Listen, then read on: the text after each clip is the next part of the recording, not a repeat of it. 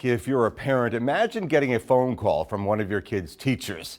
But it's not about bad behavior or not doing their homework. Instead, our Patrick Johnson shows us how teachers over here at Hamlin Middle School in Corpus Christi, well, they're spreading positivity, one call at a time.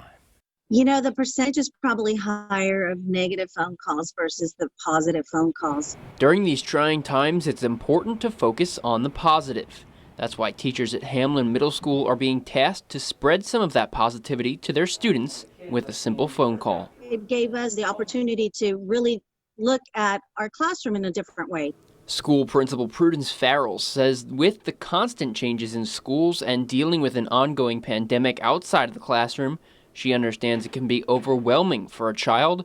That's why she wanted to do something to let her students know their school cares. Sometimes it's so much easier to find the negative in things, and people really have to search for that positive.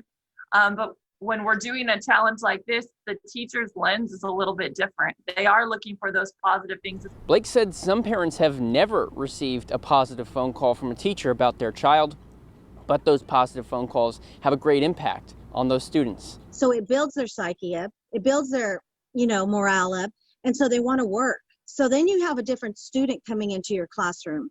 You have a student that's willing to try versus the one that wants to back away from the challenge. Parents like Connie Rivera appreciate hearing positive things their kids are doing because sometimes they won't get that information from their kids. Well, he's a typical teenage kid. It's, when I ask him how his day went, it's like, fine, good. Rivera said she's proud of her son when his teachers give positive reports about him. I know he's a good student. I see his report cards. That's no surprise. But to hear that he is polite, hear that he's conscientious and courteous, it just is that really sort of warms my heart to hear those sorts of things.